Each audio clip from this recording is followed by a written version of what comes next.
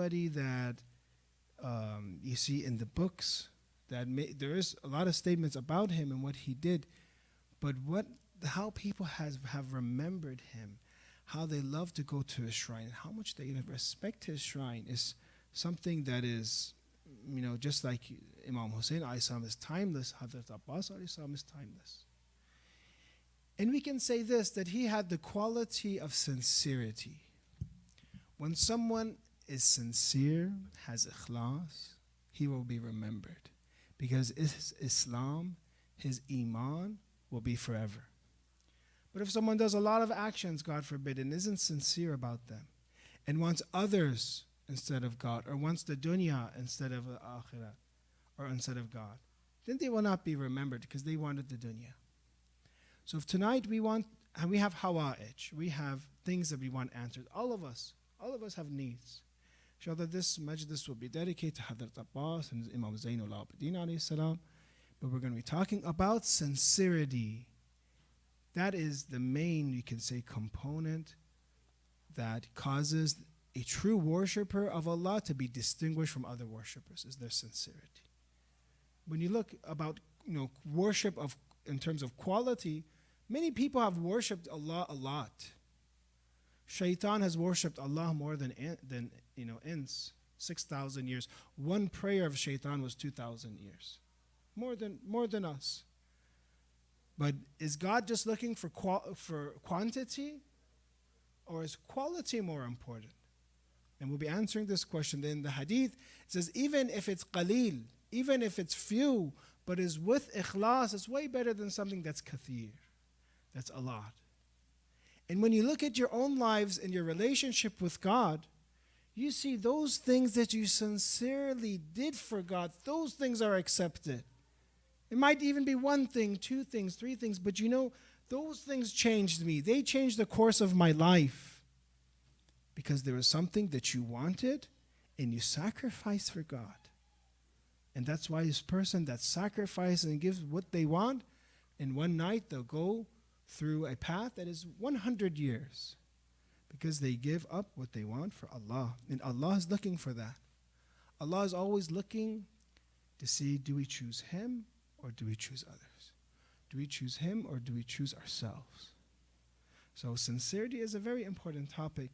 And when you look at the life of Imam Zainul Abidin alayhi salam, the fourth Imam, you see statements even from people that were mukhalif of the family of the Prophet, people that were opponents of the family of the Prophet, people that have brought their status down. They still say that Imam Zainul Abidin, sadaqatul sir.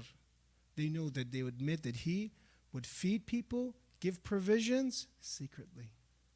That's another case of sincerity, when someone does something secretly and nobody knows. Sometimes the imams would just place their hands inside someone's house, not to show their faces. Just they would see their hands. That is an act of sincerity. A lot of times when we want to do something, we boast about it, we tell them, we sometimes remind them when we get angry. And we keep telling them, look, I did this for you, or you want to show yourself. But that level of ikhlas is hard, is difficult. I'm not saying I have it. There's no way that I say I have it. I like to talk about it, but doesn't mean I have to act upon it.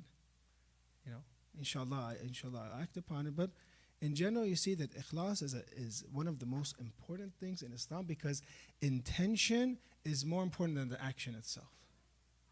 And just like actions have different types of levels, intention also has multiple types of levels. It's not as if some philosophers that say it's a good intention or bad intention. No, in Islam it's not this way. You have 1 degree, 2 degree, 3 degree. Ikhlas keeps going. And that action of 100% ikhlas, sometimes it can't even come from us, because we're not even at that level. That 100% ikhlas happens after you go to that spiritual journey and you realize and have true ma'rifat of Allah. After then you can make that intention. So don't try to say I'm going to have 100% ikhlas, because we don't even analyze ourselves to see when you really open your intentions and see, even tonight, why did I come here? Right now, so why did I come here? There might be other things mixed. That's a type of shirk, right? One person might say, I came here, I like the tea a little bit. I like when they, one of the brothers isn't here to make the tea, so you're going to miss out. One person, that might be inside a little bit. It might push them, might tickle them a little bit. Or someone say, oh, my friend is coming here too. I'm going to see him. I'm going to talk to him. That's good. I'm not saying it's bad. But whenever you gauge yourself, and I'm talking about myself too, it's going to be very hard to that 100% level of ikhlas to come out from us sometimes. And that's why in the hadith it says, in akhir zaman, at the end of times, if you want to be like this, don't wait and don't stop your actions for ikhlas, because you will be without actions. And stop trying to find a friend that's 100% good, because you will be without friends. So we have to be practical. We can't have that intention that the urafa and ulama, that after they worked on themselves for years, that they had. But from that level that we are at, we're trying to increase ourselves in sincerity, engage our intention more. For you to be sincere, you have to know your intentions. You have to see those da'i, those dawa'i, those causes. Like a person, for example, that gets wudu sometimes, he cools off. He's getting wudu, but he's also cooling off. He comes in the masjid because it's a little cooler, there's air conditioning, it's hot outside. He wants to pray, but he likes it, it's cool inside. So there's different intentions we have inside of us. And this nafs is amara bisu, is always perpetually pushing us towards su and evil. So this is a level, and that is one thing that the urafa and teachers of akhlaq, they would cry about. They don't know if their actions are accepted. They don't know if there's ikhlas in it. That's why we keep asking Allah to accept, because we don't know, what if we did have other intentions in Allah? What if it wasn't accepted, our actions? They test, sometimes our ulama test it. They say when Marhum Naraqi, teacher of a great book of akhlaq, came to Najaf from Iran, a big mujtahid, a big scholar came. And we see that, I believe it's Sayyid Mahdi Bahrul Ulum was there, and he wanted to visit him. And this Sayyid Mahdi Bahrul Ulum, when he went, Mullah Naraqi went to visit him, he said to him, when he came and did Salam Alaikum, imagine a great from Iran is coming to see a great from Najaf. Obviously, there's usually, amongst the ulama community, there's a lot of respect. They'll stand up and say, welcome, do you need the place to stay, do you know? So he entered the place of, I believe, Sayyid Mahdi Bahrul Ulum, I believe. And then Sayyid Mahdi Bahrul Ulum didn't give him attention at all. He said, Assalamu alaikum. He didn't give him attention at all. And the people next to Mullah Naraqi were wondering what's going on. It's like, they said, okay, he didn't give me respect. It's okay. Then they said the next day, next time, again, let's go meet him again. And they're wondering, wait a minute, you just went and visited him, and he didn't give you the respect that you deserve. You want to visit him again? He said, no, Sayyid Mahdi Abbas. He said, oh, let me go visit him. He's a great alim. Again, he goes and visits him, and same, almost disrespect. He didn't respect him like Mullah Naraqi has come here. So again, people were like, what's going on? Why isn't he giving him respect? He's not a normal talaba, not a normal student. Then he says, again, I'm going to be leaving back to Iran. Let me visit him one more time. He's an alim, sayyid, mushtahid. Let me visit him. They said, they stop him now. They say, are you sure? Because he's not giving you the respect you deserve. You want to see him 3 times, for example? And he said, no, Abbas, he's good. He's good. He's good. I want to see him. When you have love and respect for mujtahid, you don't care, when somebody is at that high level, you don't care if he disrespects you or respects you or gives you. You want to benefit from his light. You want to benefit from his nur. And then the last time Sayyid Mahdi Bahrul Ulum comes without shoes. He comes without shoes and comes and does istiqbal and meets him and hugs him and says that, oh, I was testing you. I wanted to see in your book of akhlaq, for example, you wrote about sincerity. Did you practice it yourself?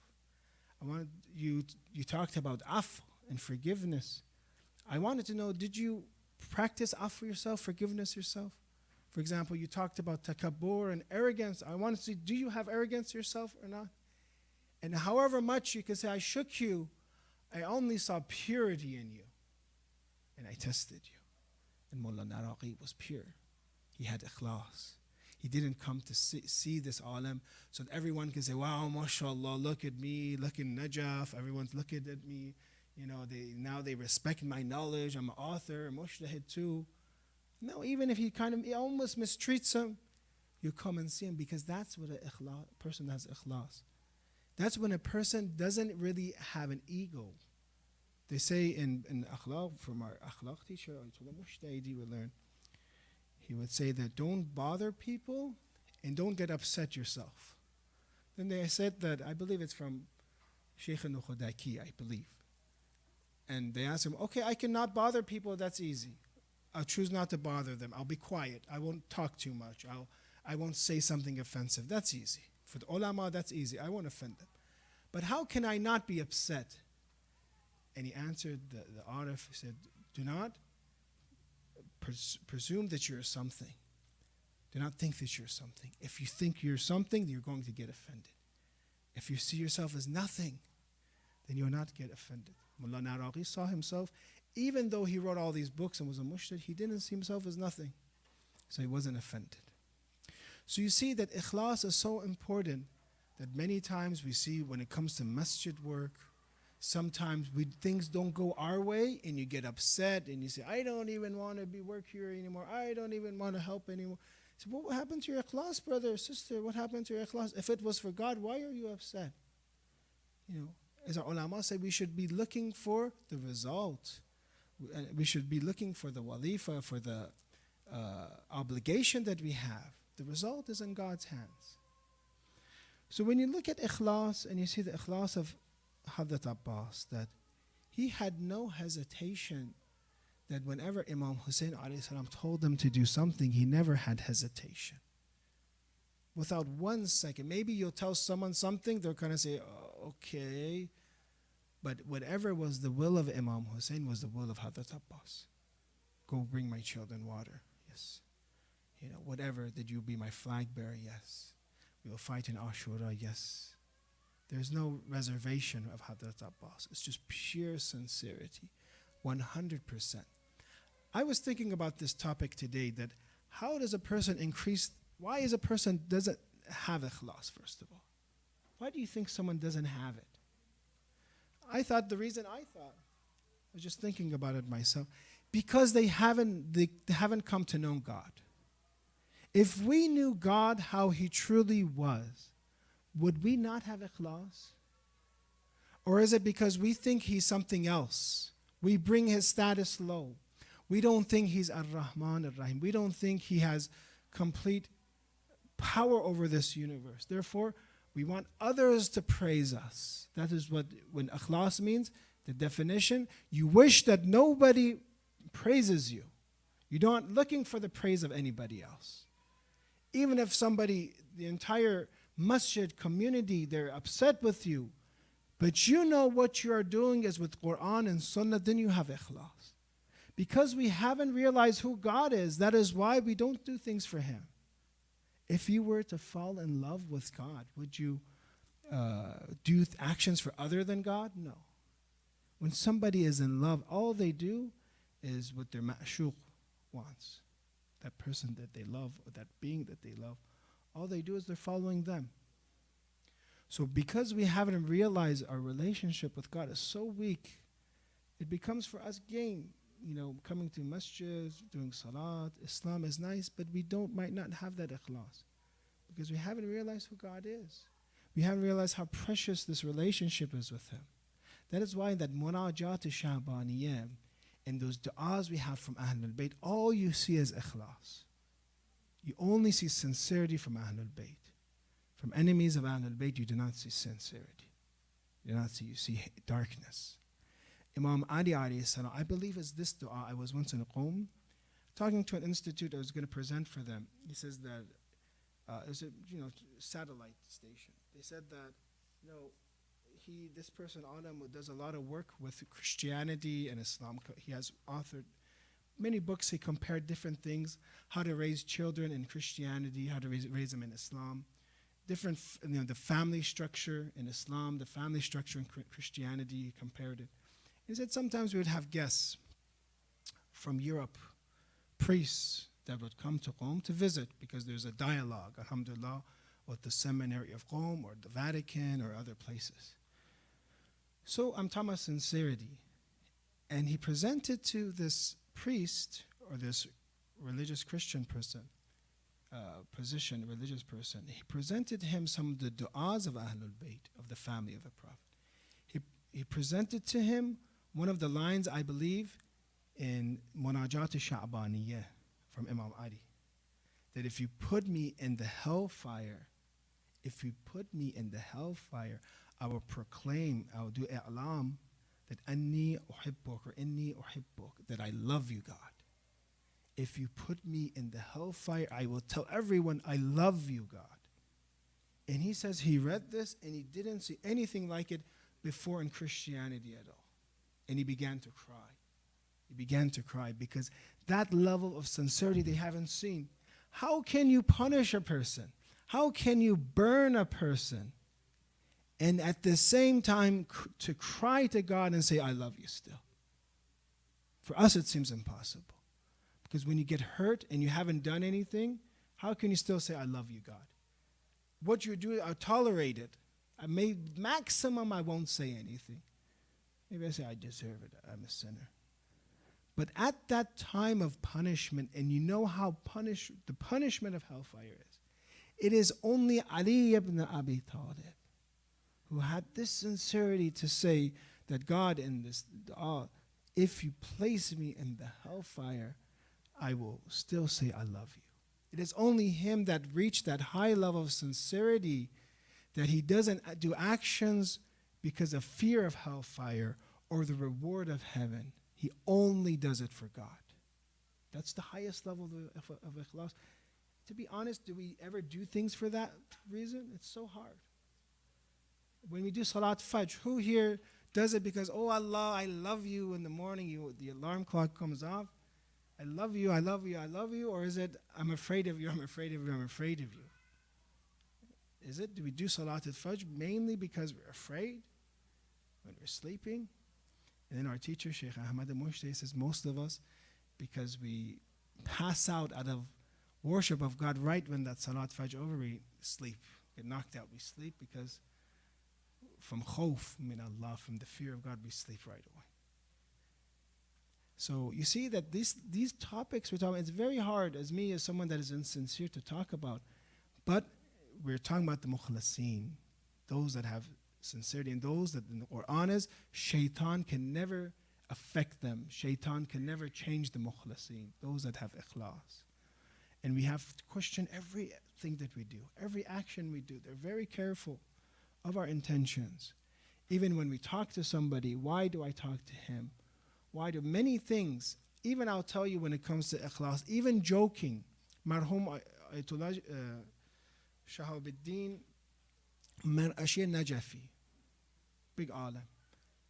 He would, even when he's joking, he would joke a lot. I have a lot of his jokes, they're very fun. I can't say it now, but he has a lot of jokes that he would make people laugh. But then he would say, the good thing about joking, we joke just to joke, right? You joke to have a good time.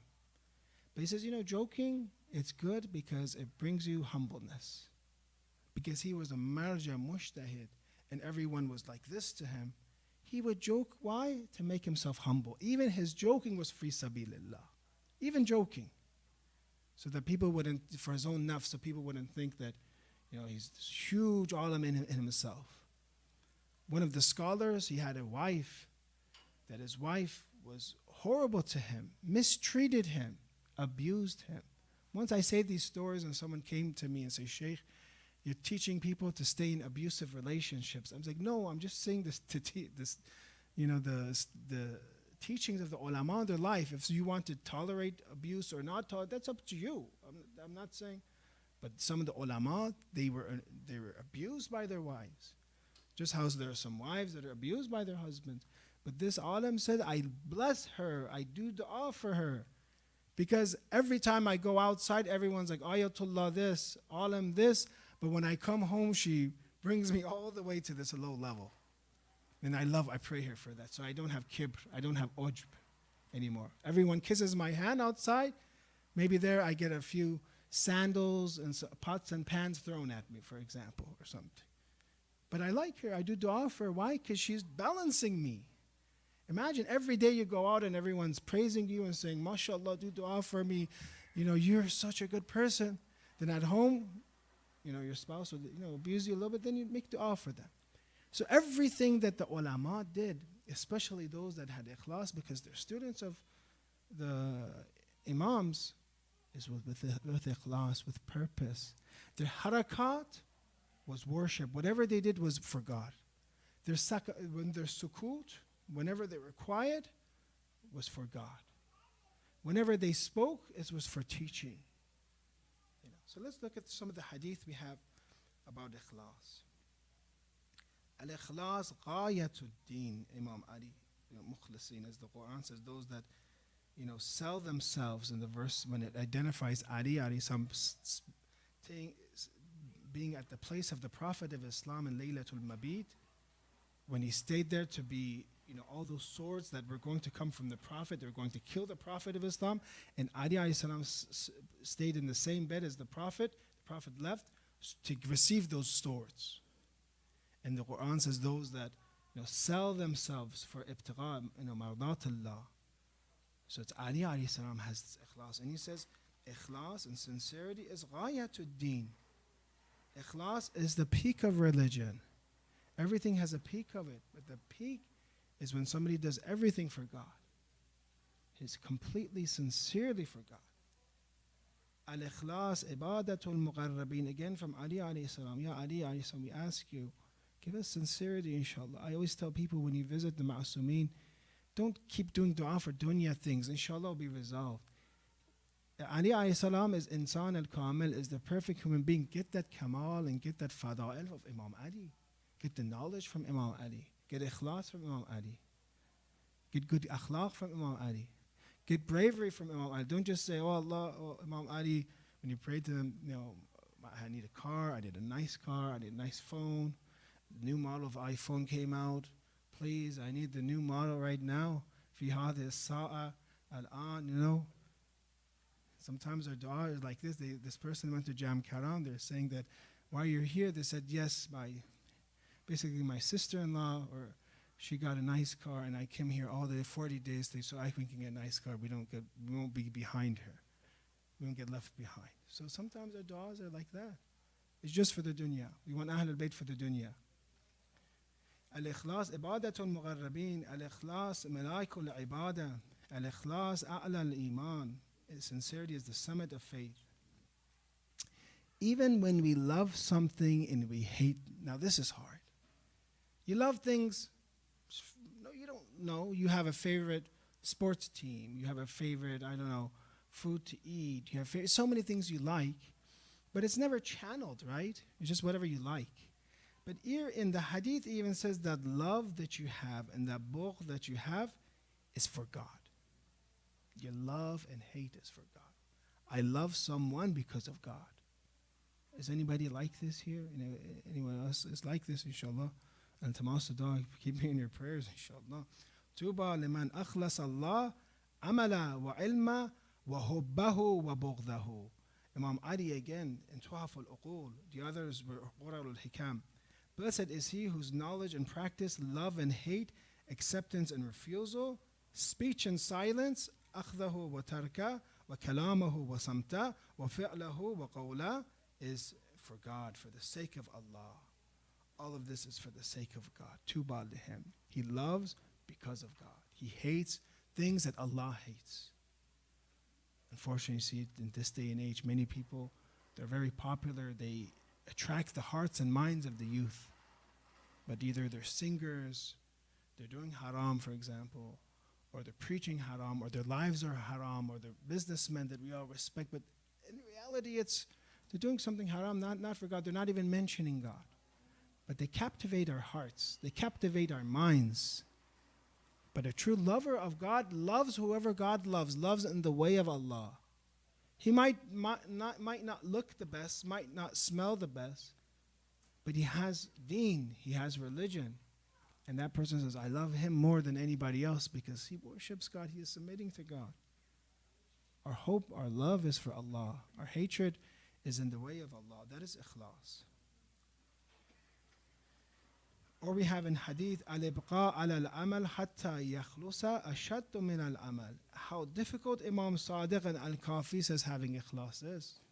Sometimes you say, be sincere. Say, okay, I'm sincere already. But truly having ikhlas is something hard. And I'm saying, why we don't know? Because we don't analyze ourselves. Allah tells Musa alayhi salam, Prophet Musa, Ya Musa, ma urida bihi wajhi fa kathirun qalilu. Whatever you do for the sake of my sake, a little bit of it is a lot. Wa ma urida bihi ghayri fa qalilun kathiru. And whatever you want to do besides me, even if there's a lot of it, it still counts as little. So if we don't do things with ikhlas, then those actions will not count. There's an interesting hadith from Imam Sadiq alayhi salam that talks about those that have mastered ikhlas. Those that have so much. We said the definition of ikhlas is you wish that no one praises you. Now, somebody doesn't have to have waswas. Sometimes I saw some of the students when they entered the hawza, they have waswas. They're always thinking of riyah, showing off, and they're always hiding. They're always doing actions in private. They're afraid in riyah misha. They're always thinking it might be for somebody else. Not to have waswas. But there are those that says in the hereafter, and I read this hadith in Uddatul Da'i, verily Allah has servants, Imam Sadiq alayhi salam, who sincerely engage in transaction with him in secrecy, so Allah gives him from his pure reward and goodness. There are people that in secrecy, they have this relationship with God. In the exterior, you don't know them. Exterior, they might look like a normal person. They hide it. They hide it. A wali of God is a person whose inside is better than his outside. A munafiq is a person that is outside is better than his inside. A mu'min is someone, they're equal. Outside, inside is equal. But a wali, his inside is much higher. So there's these people, they worship Allah in secrecy. Nobody knows their intentions. And then it says, so Allah gives them his reward, pure reward and goodness. For they are the ones who will come on the day of judgment with their book and deeds empty though. Why do you think their actions are empty? They're good people. But they come and their list of deeds are zero. Oh, no, they're good. It says this, they're zero. Is that a question? Yes? No. They're good people. It's empty. But it says the reason is this, that, and when they stand in front of God, their books will be filled with the secrets they had with him. In front of others in the day of judgment, their book of deeds is empty. But when they stand with God, it's filled. It says, then Mufaddal narrates, I asked him, oh my master, why will their books be empty? Mufaddal ibn Salih asked him also, why will they be empty? They're good people. He says, the Imam replies, Allah holds them in such high regard that he does not even want the guardian angels to be aware of what is between him and them. Even the angels don't see. Nobody sees it's empty. He comes empty. Everyone says, look at this person. He's badbacht shuda. He's bichara shuda, for example. He doesn't have anything. Then when it comes to him and God, it's full. Because he has so much sincerity. And this worship was so much as a secret between him and God. He didn't want anyone to know. On the day of judgment, Allah even hides it from his angels and only shows them. So there are those that we will be left behind in the day of judgment, we'll understand.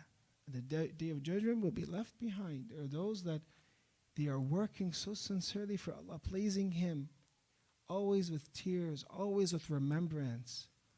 And the secret of this, all of this, brothers and sisters, the secret of all of this is Hubba Ali alayhi salam, love of Imam Ali, love of Ahlul Bayt. Because they are the mukhlaseen, the love of the Prophet of Islam. Teaching our kids these holy names, these holy figures, these names that Adam alayhi salam said. from Prophet Adam, from Prophet Musa alayhi salam mentioning them, mentioning Ali alayhi salam. Jesus alayhi salam mentioning Imam Ali alayhi salam. They are the mukhlasin, they are the highest. Prophet Muhammad, Imam Ali, Imam Hassan, Lady Fatima. If you love them, I believe truly that everything else will be, washed out because you have loved the sincere one. When you love the sincere one, you start to become like the sincere ones. You start to see, wow, Ali alayhi salam, how sincere was he? How complete was he? You start to become like Ali. You don't even think about it. You start to become, if you truly love him. If you truly love him. And we said again over and over, why do we choose others than God? Because we haven't understood Allah. We haven't understood the worth of this relationship. Or else day and night, we wouldn't do things for the world. We would just, this limited time we have, it would just be knowledge and worship. Knowledge and worship. I'm talking about myself. Knowledge and worship. We wouldn't do other things. That is a sincere person. That is some person has ma'rifatullah. That they truly understand who God is. They will give their whole life for God. Ayatollah Mar-Ashin Najafi, after collecting books, some of them by getting money to do paid salat. It's called salat istijari. That you get money and doing salat for someone that has passed away. Some of the books, I went to his library, it said that he purchased this book while he was hungry, while he hasn't eaten. But he gives his money for food, for knowledge. And he collected an entire library that is probably the third largest Islamic library in the world. One person, not a library that belongs to a city, not a library that belongs to a country or king. One person that wasn't even wealthy. He slowly and slowly and slowly collected all these books. Some of his books are worth, they're handwritten, some of them, are worth a home. You can sell it and buy a house with it. And he has, he even taught Najaf. When I went there. They were teaching Najaf the way to preserve books, to make sure they're clear again, to preserve them, to reprint them. They were even teaching the library in Najaf, the same methodologies to preserve books. Books from Shia, books from Sunni, books, I think when we were there was a book from Fakhruddin al-Razi, possibly even his own handwriting. Saying books that he had that he was a master, so he would go and find these books handwritten and he collected them. But then they said they had a dream of him that Ayatollah Mar-Ashin Najafi became shaheed, that he had the position of a shaheed, of a martyr. And they said that is because when he died, his entire books that were worth, priceless, his entire library, he gave it to the Muslimi. He didn't keep it for himself. He gave this charity, things that he loved so much, each book. Maybe he wanted his son to have it. Maybe he wanted his grandchildren to have it. Maybe he wanted, his friends to have it. But everything he gave to everybody. The library, that each one was worth an entire house. So he became shaheed. Why? Because a shaheed does what? They give what they love the most, their life. They gave in the way of God, their life. And he gave what he loved the most, was just his books. And he gave it, fi sabilillah. So you see that sincerity, some are like this. So we're going to end with another few other hadiths. Or actually some practical advice. How can we be sincere? And I'm telling myself this. I'm not sincere. I'm telling myself this. 3 things I advise you, my friends, from learning. One of them I said, love Ahlul Bayt. Love Ahlul Bayt. Do ziyarat of Imam Hussein from afar. Cry for Imam Hussein. Cry for Ahlul Bayt. You will become sincere. Because Imam Hussein, he has the highest amount of sincerity because he gave his head for this religion. Who else do you know gave his head for religion? He gave his head. That dirt that we pray in Karbala, that is the dirt where our master's blood has shed. He gave his blood for religion. There's no higher level than this. So love Imam Hussein. He's pure. He has ikhlas. He will take you to the path of ikhlas. One is investigating our motives. If you want to see if ikhlas or not, what is my motivation? Why am I doing this? Always ask yourself, why am I doing? What if I don't? Sometimes even to speak, sometimes I say, what happens if I don't reach it? I don't come there. Or there's another person that's going to pray. There's somebody else that will speak. Or sometimes I'll say if there's another speaker, they'll do a better job. Have them speak. Why do I have to speak? What is my motivation? Is it for me to speak all the time? Is it for me I have to lead salat? What would happen if somebody else led salah? Maybe myself, I would enjoy it. I would like praying behind somebody else. Yeah, I would enjoy it. So see if you really like to enjoy it, or is it just about you? Right? Can you give this? Can you delegate this to somebody else? Can you give it to somebody else? Or is it just because of that position, because of that money, because of another, intention that we have, you do this action? So one, investigate your motives. Even when you go to work, you can make it have ikhlas for work. Even when you go to with your family member, you do it for ikhlas. Anything, you can make that intention fi sabilillah, and you should. 2, never wish to impress people. If you want to never be let down, lose your hope in people. Don't have hope in people. If they're nice, they're good, ibadallah, but have your hope in God. People will disappoint you. You can't count on people in general. So, inna an-nafsa la'ammaratun bis-su' illa ma rahima rabbi.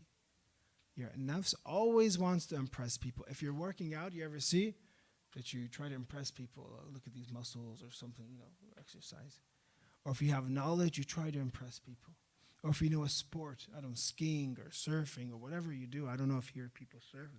The age limit is maybe the children, inshallah. They're trying to impress people. Always, when you're good at something, you really want someone to film you and put it on Instagram or YouTube or something. You're always trying to impress people. Stop impressing people. Stop. Don't share your knowledge. Don't always say, a lot of times they teach us in class, I know the answer, I know it. Well, what would happen if you know the answer and you don't say I know it? You're just quiet. They say this, can't confirm, that Ayatollah Bahjat came to the dars of Ayatollah Burujerdi from Najaf. Big scholar, mushtahir. And the first day he gives big ishqal to Ayatollah Burujerdi, they say. And Ayatollah Burujerdi likes him so much, that ishqal that he had, because when you do an ishqal and do objection, it means how much knowledge you have. He did it, and I think Ayatollah Burujerdi was even stumbled. And he went, they say, if it's true, I can't verify that he went and even bought a house for him because he just came to Najaf. They say after that he was very quiet. in Dars anymore. He was quiet. He didn't want to show off his knowledge. He didn't want people to, not that those that do a shkal or have problems or whatever, but he didn't want to be well known or everyone to know about him. After that he was quiet in Dars because it was such a big deal. So in our culture, we always say, who knows the answer? Me. Well, what if you just say, you're quiet, and you say, do you know? Maybe, maybe not. You don't always have to praise, say, I know, let others talk. We actually, in our culture, silence is good, samt is good, being quiet is something good. Being talkative is something bad. And the last is not being afraid of difficult actions. Those difficult actions that nobody wants to do, that's where sincerity is. There are volunteer work right now here, that this masjid right now is clean. I'm sure somebody vacuumed. The trash that gets taken out, somebody took out the trash. Even the toilets, I don't think that here they hire somebody outside to clean the toilets. I don't think so. Somebody did this. There are actions that nobody wants to do, but the sincere one wants to do, and nobody knows about them. So, أفضل الأعمال أحمزها. The best of action is the most difficult of action. The best of action is the most bitter of actions. Not being afraid of doing that hard work. Not being, to tire yourself. We have to work so much for Islam, so much to bring back Imam Mahdi, that you faint, you get a headache, or you faint you get tired at the end of the day. You're working so much for Imam Mahdi. Because we have one chance. This is the time of occultation. We have to be active to bring him back. غِيبَتُهُ عَنَّا. His occultation is because of us. Because we We're not worthy Shia. We didn't work hard enough. And I said this again, it's 15th of Sha'ban, it's next week. Ayatollah Wahid Khurasani, great marja, 100 years of age, apologizes and says, Imam Zaman, I am sorry that I have not come to know you. I do not know you. Even though he read the hadith about him, he read the verses about him. He says, the way that I properly should, I have not come to know you, Imam Zaman. He says, and I haven't introduced you to the world. And I haven't done a good job preparing the world for you. A marja whose life was for Imam Zaman. What about us? So we have a lot of work to do. And this is what will cause us sincerity.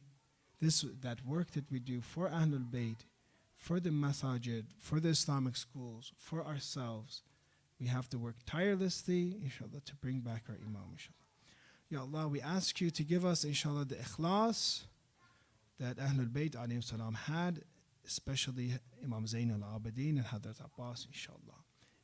Ya Allah, we ask you to forgive our sins this month of Sha'ban, to forgive us in this month of Sha'ban, and with the days that remain. Oh Allah, allow us to do munajat al-Sha'baniyah. Allow us to do salawat of Sha'ban.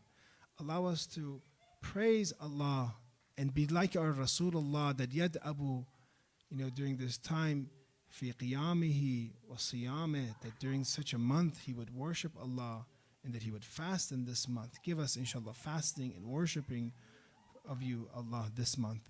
Cure the sick, Ya Allah. Some children I know, they're newborns. Their parents said, do dua that they recover. Ya Allah, cure all the sick, inshallah. All of those that have passed away from your family members, inshallah, all the mu'mineens, bless their souls, inshallah. Ya Allah, expedite the return of Imam Zaman and allow us to be of his companions. Let's recite salawat ala Muhammad wa ali Muhammad wa ajil farajah.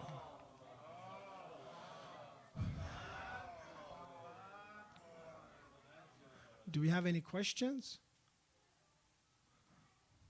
I will be here. If you have any questions, time allows me. I also have office hours, that there's emails that you can on Zoom schedule a time period if you have questions or about ahkam, fiqh, if I know the answer, and you can schedule it. I believe it's on Mondays and Wednesdays. Sometimes if I'm busy, like on a Wednesday, I'll move it to Tuesday. But there's a link, and the emails should be going out weekly. And if you have questions and you need a discussion, 15-minute, 30-minute, and while I'm here, also you can ask. Please recite salawat ala Muhammad wa ali Muhammad.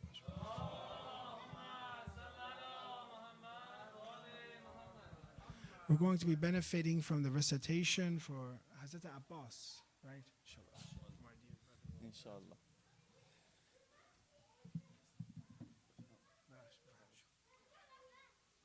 مجددا برای سلامتی علمای اسلام صلوات.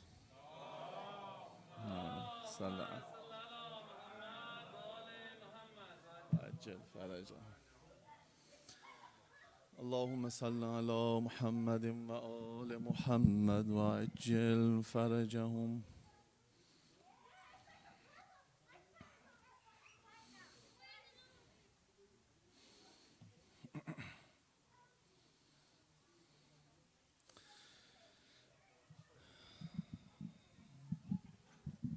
بسم الله الرحمن الرحیم. تو آمدی برسی بر مقام سرداری، تو آمدی برسی بر مقام سرداری، که خون سرخ خدا با شما شود یاری. تو آمدی که به اذن خدا به دست خودت خدا گره بگشاید ز کار بسیاری. یا باب الحوائج. تو آمدی که بشر، دلت اینجاست، تو آمدی که بشر از شما بیاموزد برادری، ادب ورزی و وفاداری. تو آمدی که بشر از شما بیاموزد برادری، ادب ورزی و وفاداری. شما که اید آقا، شما که اید که یعقوب در تمام عمر ندیده است شما را به هیچ بازاری.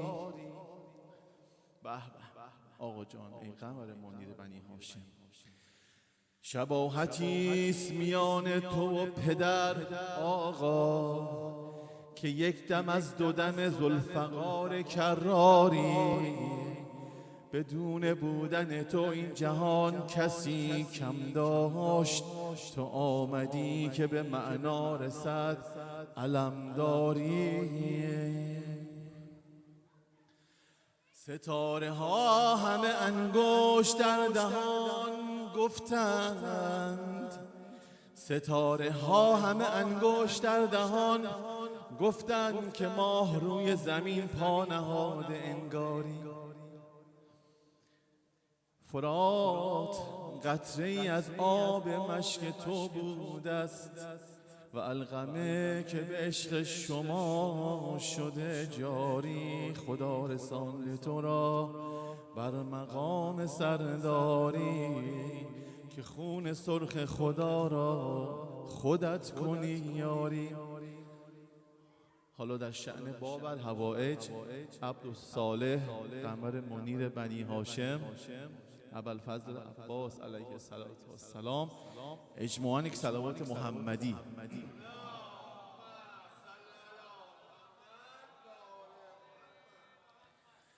برای شادی دل حضرت زهرا صلوات دوم رو قرارتر بفرمایید.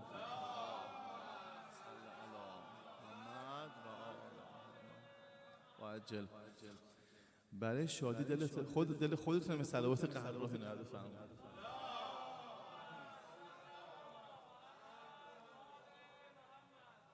حالا برای اینکه جشن میلاد قمر بنی هاشم رو شور بیشتری بدیم یک کف مرتب. باید همراهی کنید با من دیگه. من مولودی خون نیستم، کمکم کنید. اون جایی که میگم تکرار کنید تکرار کنید. پسر شاهدی عشقم، عشقم از شما بگید. پسر شاهدی عشقم، احسن.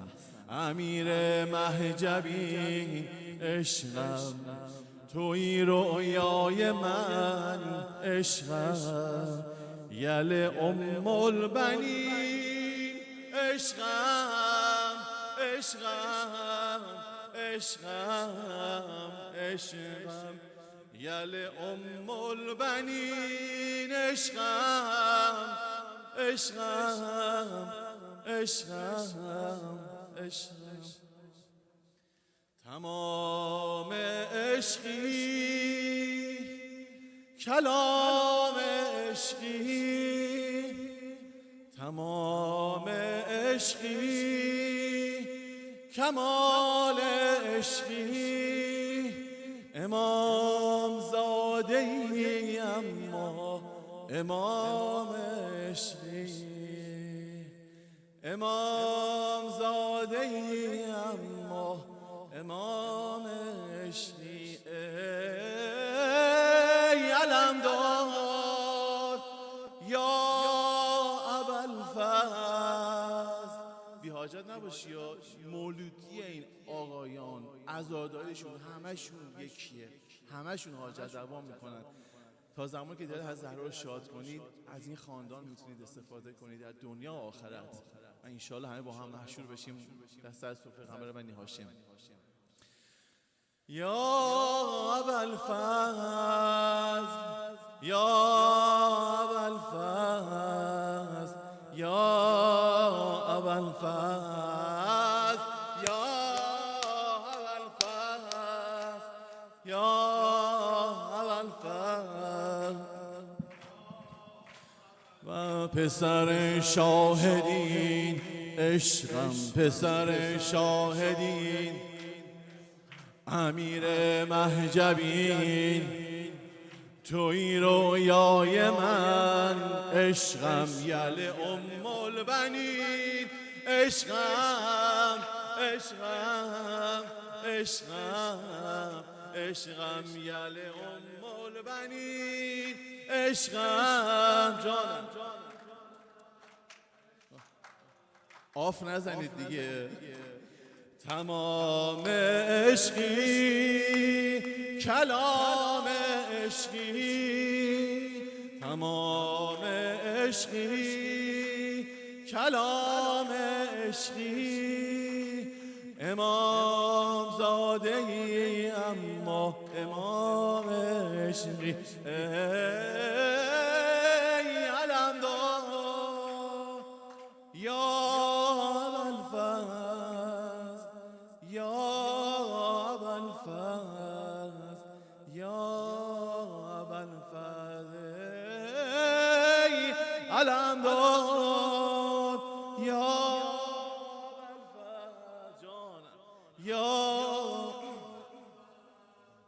یا ابوالفضل. ساقی نشأتین، بگو ساقی نشأتین، عشقم امید زینبین، عشقم جبروت علی، عشقم ملکوت حسین، عشقم عشقم عشقم عشقم ملکوت حسین، عشقم عشقم عشقم عشقم.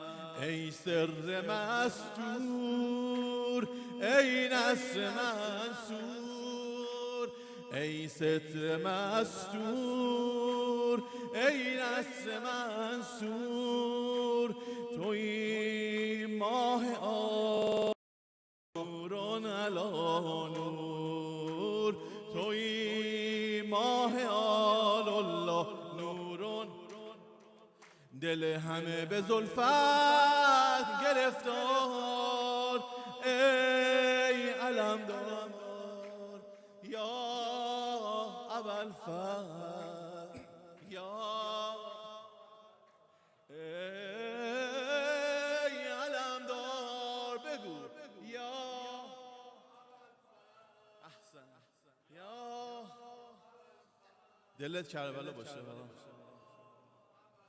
توی اصل جنم عشقم، توی اصل جنم، توی لوح و قلم، آرزوی دلم، عشقم آبروی علم، عشقم عشقم عشقم عشقم آبروی علم، عشقم عشقم عشقم. در صدف تو، اصل شرف تو، در صدف تو، اصل شرف تو، کلید داره حرم شاه نجف تو، تو ماه عالمی در شب تار، ای علمدار یا ابوالفضل، یا ابوالفضل، ای علمدار یا جانم.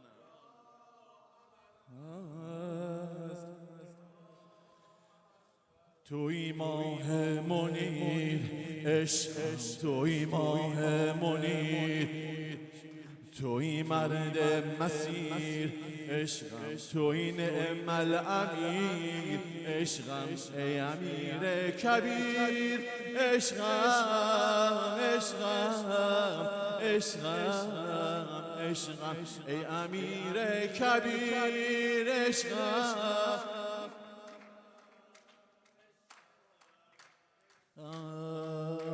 شیر دلاور بازوی حیدر، شیر دلاور بازوی حیدر، با این همه آقایی الله اکبر مرا در آستانت نگهدار ای علمدار یا ابوالفضل یا ابوالفضل ای علمدار یا ابوالفضل یا ابوالفضل یا ابوالفضل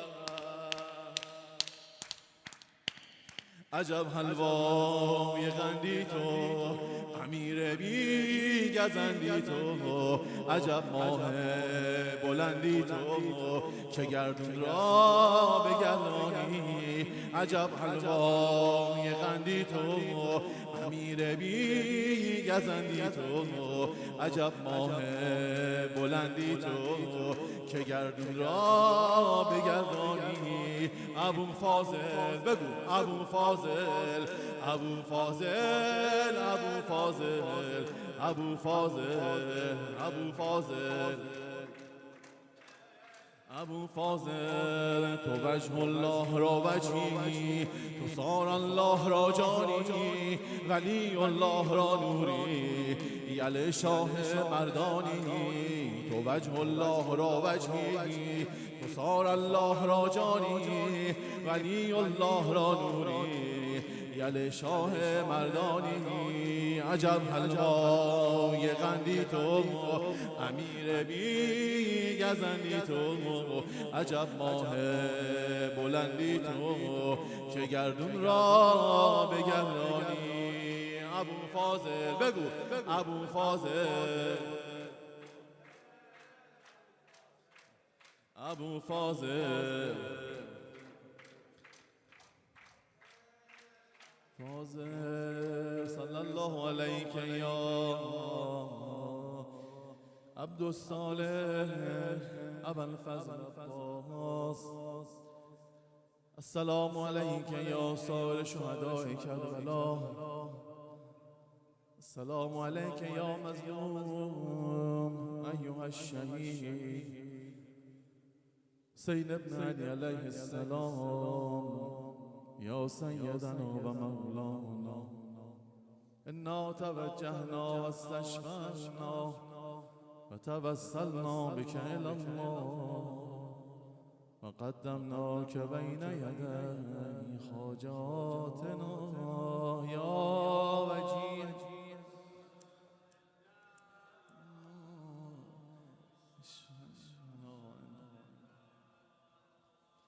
عند الله یا وجیها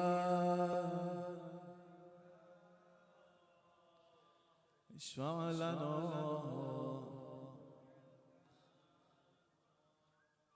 خدا شاهده من خودم عرض میکنم دنبال بهانه هستیم حالا چه مجالس عزای اهل بیت جشن اهل بیت نمیدونم هرچی که یه جوری حال هوامون عوض کنیم یه خورده از این نور وجوده نور پاک و الهی اهل بیت علیهم السلام آیت الله هایی که واقعا وجودشون این معصومین بزرگوار برکت و نعمت برای ما هست یه خورده زندگی نورانی کنیم با ذکر یاد این بزرگان احتیاج به این مراسم ما نداریم برای اینکه انشاءالله تو این مسیر هم خودمون هم بچه‌هامون فرزندانمون نسلمون همه خادم اهل بیت پیرو واقعی باشن صلوات قهرمان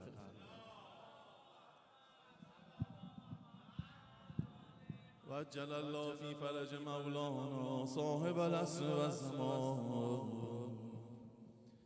السلام علیک یا ابا عبدالله السلام علیک یا ابن رسول الله السلام علیک یا ابن امیر المؤمنین و ابن فاطمة الزهراء سیدة النساء العالمین السلام علیک و علی الارواح التي حلت بفنائک عليك مني سلام الله أبدا ما بقيت وبقي الليل والنهار ولا جعله الله آخر الأحد مني لزيارتكم السلام على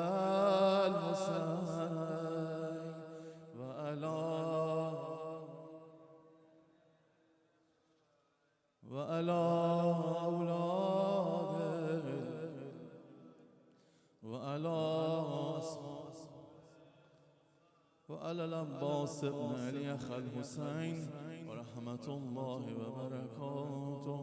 السلام عليك يا فامن الوجج يا علي بن موسى الرضا المرتضى يا أبا الحسن يا شمس الشموس يا أنيس النفوس مدفون برز طوس يا إمام الرؤوف ورحمة الله وبركاته.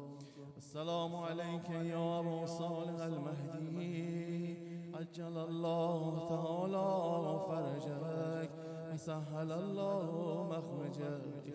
الأمان الأمان الأمان من الفتن زمان ورحمة الله وبركاته. السلام عليكم يا أهل بيت النبوة ومعدن الرسالة جميعا ورحمة الله وبركاته. أعوذ بالله من الشيطان الرجيم. بسم الله الرحمن الرحيم. ولا